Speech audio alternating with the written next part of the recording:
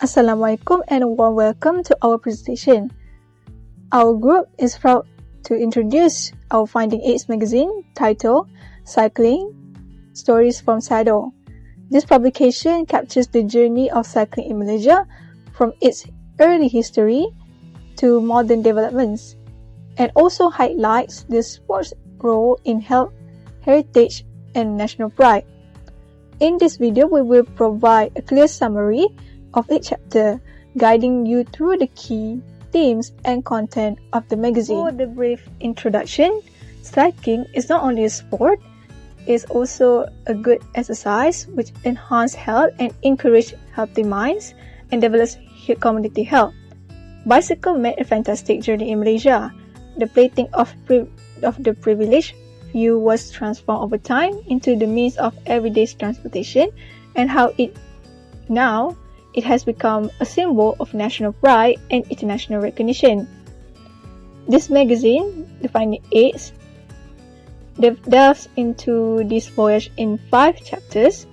The first one is history, which is explaining the evolution of cycling in Malaya and its incorporation into society. The second, events, features noteworthy programs and competitions including OCBC Cycle Malaysia, D Tour di Langkawi, and Fit Malaysia. The third one is facilities and equipment, which features about velodromes, including velodrome in Cheras, medical equipments, and equipments that were used in this sport. The fourth one is athletes, features some of the great personalities that contribute to Malaysia's success in regional and international arenas. Finally, the final chapters, which is associations, looks at the organization or associations that govern and promote cycling, both nationally and globally. Overall, for the entire chapters, one can get a complete story of the development of cycling in Malaysia from early days to date, both useful for the researchers and the general public. We end with the heritage and progress field. This magazine covers Chapter 1, the history of cycling in Malaysia. For the first section, origin of bicycle in Malaya. Bicycle first arrived in Malaya in the late 19th century, brought in through British colonial networks. Interestingly, it was not seen as a symbol of progress. Many locals view it simply as another form of colonial imposition. At first, cycling was a hobby for the European elites, a fashion statement more than anything practical. That novelty faded quickly, much like it did back in Britain. Because Malaya's colonial society was so rigidly stratified, cycling stayed limited mostly to European and estate workers. Unlike the Dutch East Indies, where a more mixed society let cycling spread faster. It was not until cheaper import bicycles became available that everyday Malayans could adopt them. By 1938, organized bicycle racing had begun around Kuala Lumpur, introduced by British soldiers cycling during the colonial and pre-independence era. By the late 1930s, cycling had become properly organized. Clubs like the Rough Rider and Argus Weir were already active in Selangor before the Selangor State Cycling Association was formed in 1938. And the sport spread to Perak, Melaka and Penang. From 1947, major races like Kuala Lumpur to Ipoh race drew huge participation. In 1953, the Malaysian National Cycling Federation was formally established. But the bicycle was not just for sport. It played a military role too. During the Japanese invasion in December 1941, soldiers used bicycles to move swiftly through jungle trails, even riding on bare rims to mimic the sound of approaching tanks. A psychology tactic that helped push Allied force back and led to fall of the next section, development of cycling after independence. After independence, the bicycle stayed central to daily life for decades. In the mid-1970s, about half of all students in Penang cycled to school, and most drivers had once been cyclists themselves, which meant motorists were far more considerate toward those on the road. But this everyday cycling culture didn't last. From the late 1970s, no real effort was made to support cycling as transport, and it became associated with poverty. The turning point was 1983 when Proton was launched, shifting national focus and infrastructure toward the private car. Roads were widened for cars, but system declined, and by the end of the century, the bicycle had been pushed to the margin, surviving mainly as a recreational and sporting activity rather than daily transport. The next section, rise of competitive and recreational cycling. Competitive cycling gave the bicycle a new identity starting in the 1960s. In the 1963, Malaysia was the first Asian Cycling Championship in Kuala Lumpur, and the national team won gold in the team grass track and team time trial events. By the 1980s, the sport had grown big enough to attract corporate sponsors, including tobacco brand Winston, which backed major multi-state races, common practice before advertising restriction came in. This momentum eventually led to the Langkawi envisioned by then Prime Minister Tun Dr. Mahathir. Today, it is Asia's largest cycling event, drawing over 100 riders from more than 20 teams annually, and holding UCI Pro Series status. For the last section, modern cycling in Malaysia. Today, cycling in Malaysia is going through a slow but steady revival. In 2015, Kuala Lumpur opened its first dedicated bicycle path, a 5.5 km route linking Mid Valley and Dataran Merdeka, as a part of the government Fit Malaysia initiative. Still, a real challenge remains. Most bike lanes are just painted markings shared with traffic, and Malaysia heat and humidity discourage everyday commuting by bicycle. That said, recreational cycling is thriving. Places like Bukit Kiara have become popular riding spots. Cycling clubs are growing in major cities, and weekend group rides are now a common social activity.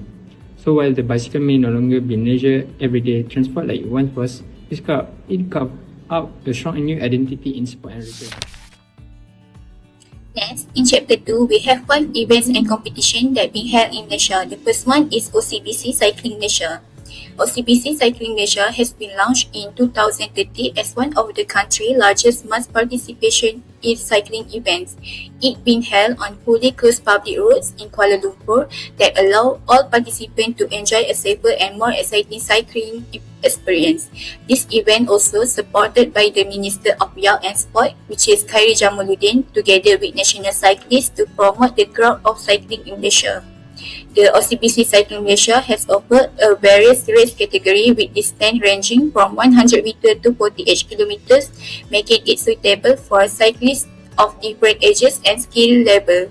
In addition, the event also includes family-friendly activities such as the tricycle ride for children aged 2 to 5 years old, the kids ride for aged 5 to 9 years old, and the junior challenge for young cyclists that being aged 10 to 12 years old.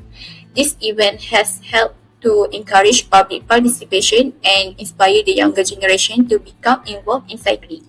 Another cycling event that we held in Malaysia is Junior Cycling Malaysia. Junior Cycling Malaysia, also more known as JCM.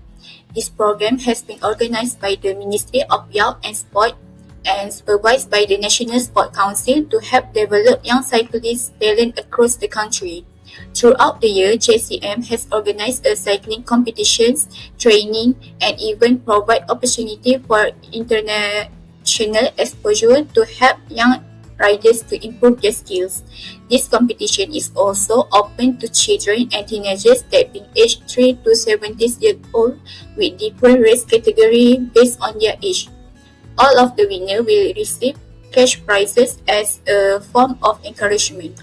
Overall, Junior Cycling Malaysia gives a young cyclist the chance to gain experience, showcase their talents, and take their first step towards becoming professional cyclists in the future.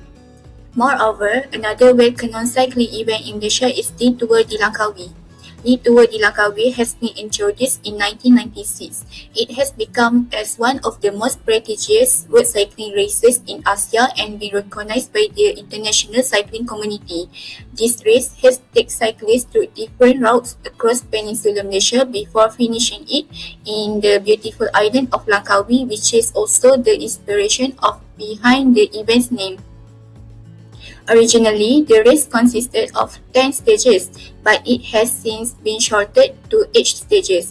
Every year, the Tour di Langkawi has attracted the professional cyclists from around the world, making it an internationally recognized competition under the Union Cycliste Internationale or UCI. Besides promoting competitive cycling, this event also showcases Malaysia's beautiful landscape, especially the stunning scenery of Langkawi, and helping to promote tourism while celebrating the sport of cycling. Other than that, another cycling event in Malaysia is Fit Malaysia. Fit Malaysia is a national program that promotes a healthy and active lifestyle through sport. One of their editions was being held in Firdaus, attracting thousands of participants from different age groups. This event also has featured a various activity including a 30-kilometer cycling ride and a 10-kilometer fun run. It also encouraged the public to stay active and enjoy the outdoor sport. What makes Fit Malaysia unique is that it combines fitness with community engagement. During the program, all participants and special guests also took a part in charity activities by visiting family in need and distributing essential items. Overall, Fit Malaysia is more than just a cycling event, but it also encourages a healthy living, strengthens community spirit, and inspires people to make physical activity as a part of their daily life. Last but not least, another cycling event in Malaysia is the Kayuhan Patriotic Satu Malaysia. This program was organised to celebrate the 40th anniversary of Dato Sri Najib Abdul Razak leadership as the Prime Minister of Malaysia. Besides promoting cycling as a healthy activity, this event also aimed at strengthening the relationship between the public and national leader while encouraging the unity among Malaysian citizenship. This program was supported by the Malaysian Youth Council or Majlis Belia Malaysia, which promote its unity campaign by distributing blue ribbons to participants. The event has attracted around 10,000 participants including government officials, students, university students, celebrities, persons with disability and members of the public. Overall, Kayuhan Patriotic Satu Malaysia was more than just a cycling event as it successfully combines sport, patriotism, community participation and national unity in one meaningful program. So, the next chapter is chapter 3, which is about facilities and equipment. The first one is regarding a velodrome. A velodrome is specialized professional cycling venue featuring an oval-shaped track measuring 200 to 500 meters in length, which is engineered with slope banking and a smooth surface to optimize rider safety, balance and speed during competitive training races and races. Beyond its core athletic function, the facility incorporates large capacity spaces like a foyer or lobby that can accommodate thousands of people for community sports engagement and public events. For example, in here we have as demonstrated by a 2013 promotional visit by the Malaysian Ministry of Youth and Sports, which is Dato Sri Ahmad Shah Biricik at the Ceras Velodrome. These outdoor spaces serve as vital public infrastructure to raise awareness for cycling, provided activities are legally organized with permission from authorized management. Next, this chapter 3 of facilities and equipment also focuses on specific velodrome, which is the Ceras Velodrome.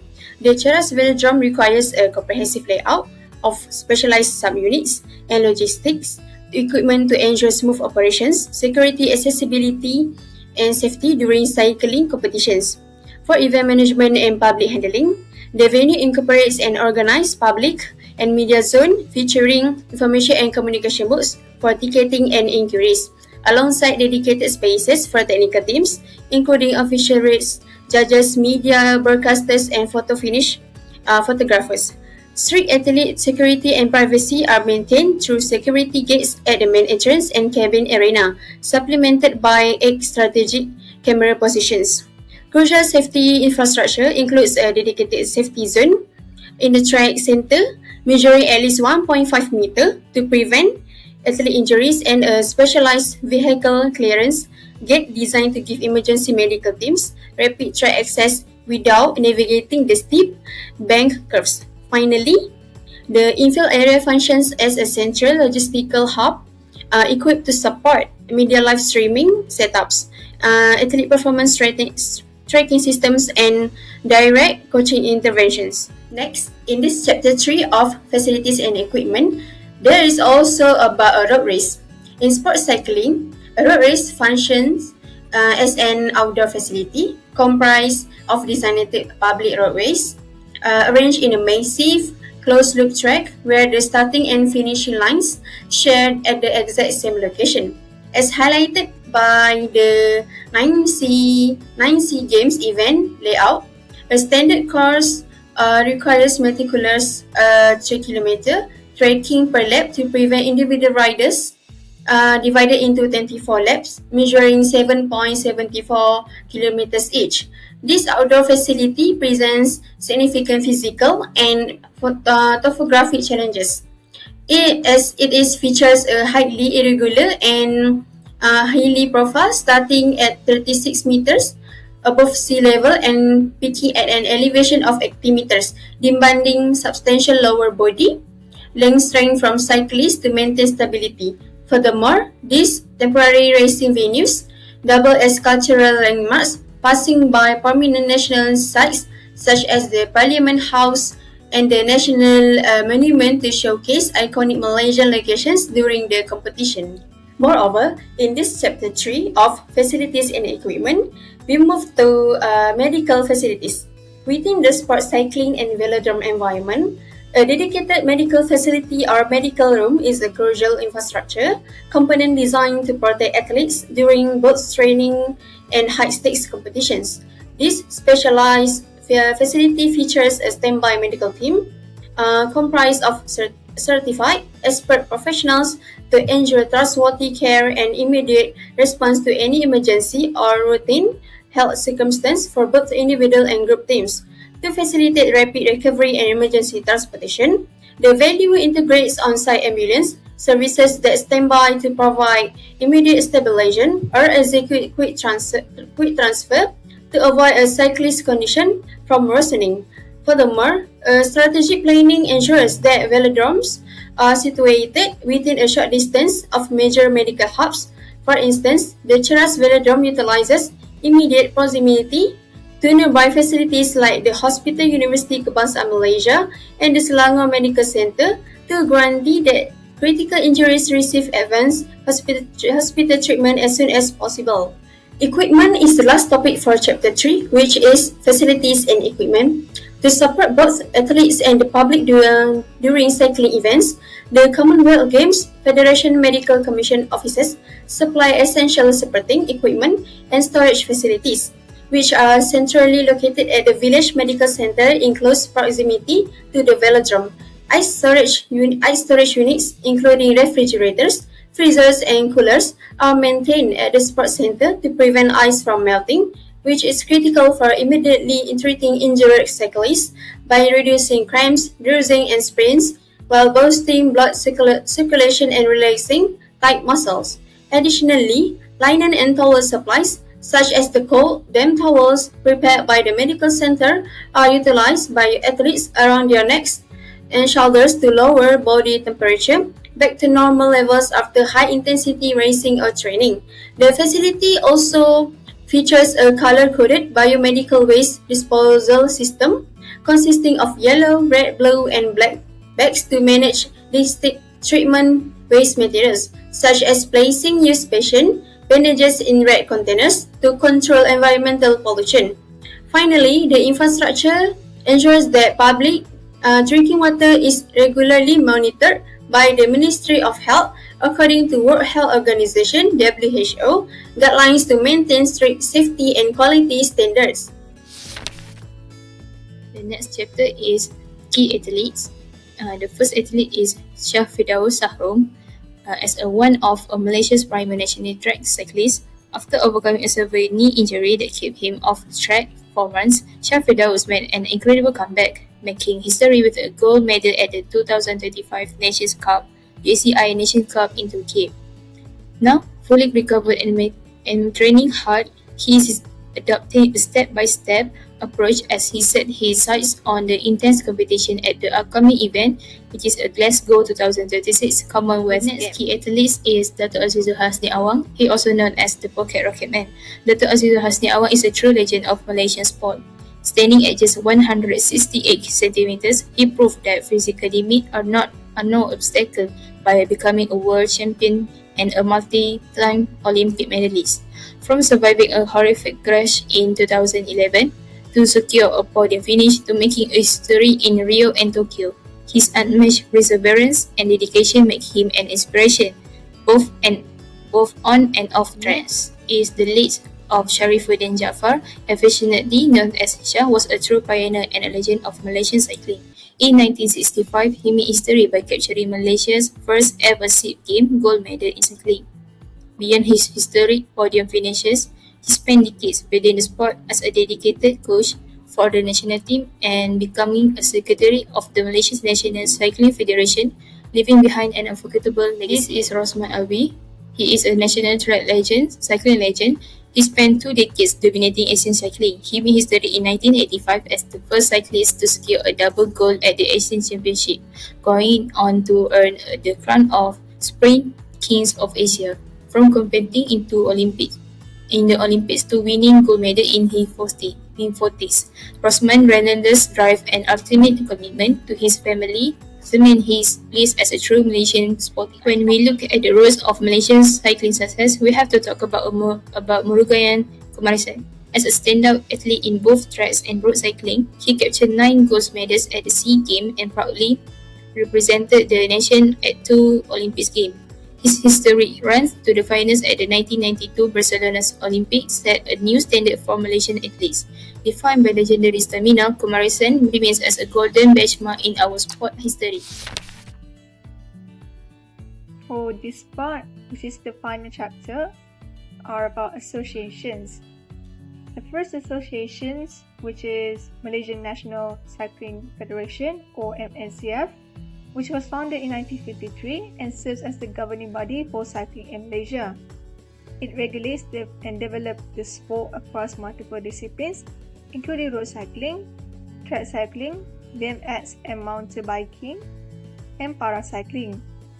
MNCF collaborates with international organizations such as Cycliste Internationale, or UCI, and the Asian Cycling Confederation, ensuring Malaysian athletes compete on the global stage. At home, the Federation partners with governing agencies to provide training and organize competition and nurture young talents. Its mission is not only to manage the sport but also inspire the future generation, making cycling a proud part of Malaysian sporting heritage. For this page, it highlights several article newspapers related to Malaysian National Cycling Federation or MNCF, formerly known as PKLBM.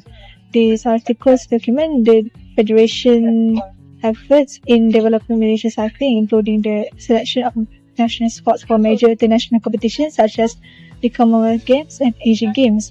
The records also show MNCF collaboration with government agencies, including the National Sports Council, to secure support and funding for athlete preparation. In addition, the articles discuss coaching and training programs aimed at improving the performance of Malaysian cyclists.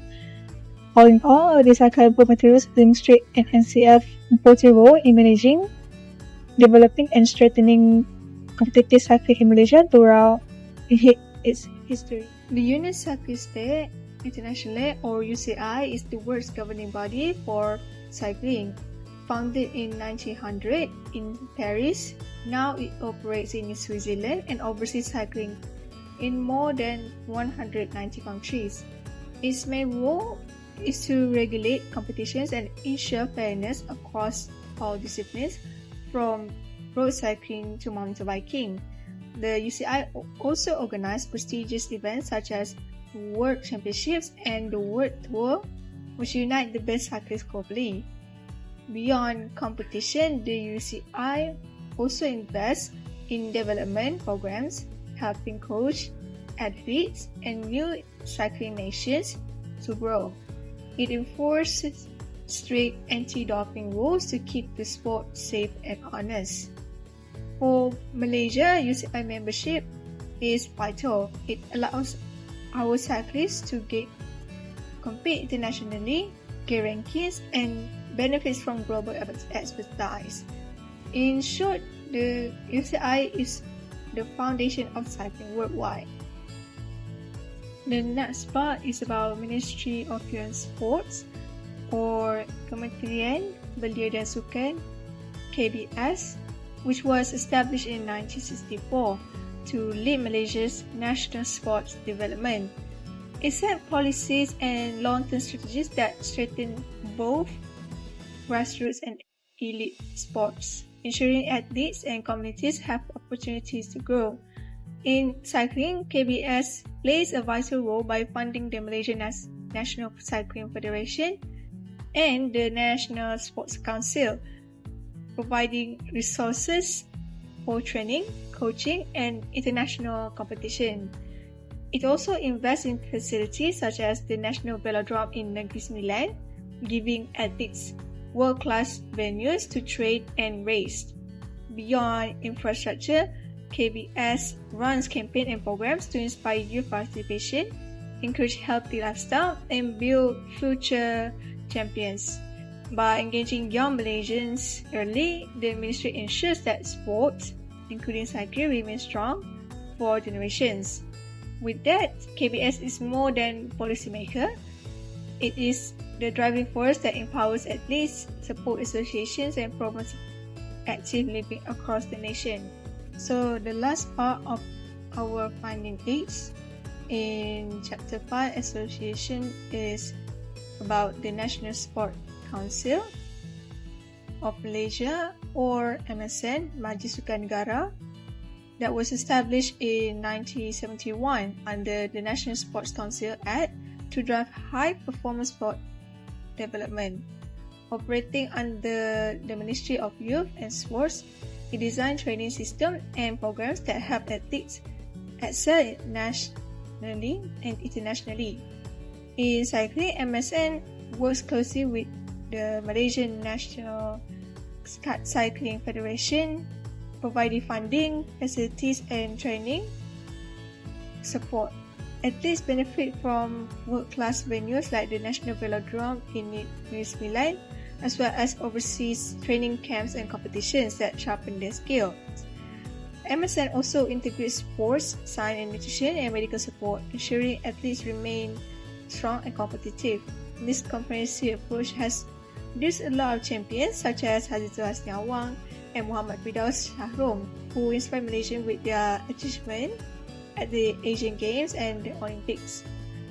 Overall, MSN is a cornerstone of Malaysia's sporting excellence, nurturing talent, supporting athletes, and strengthening the nation's presence in international sports.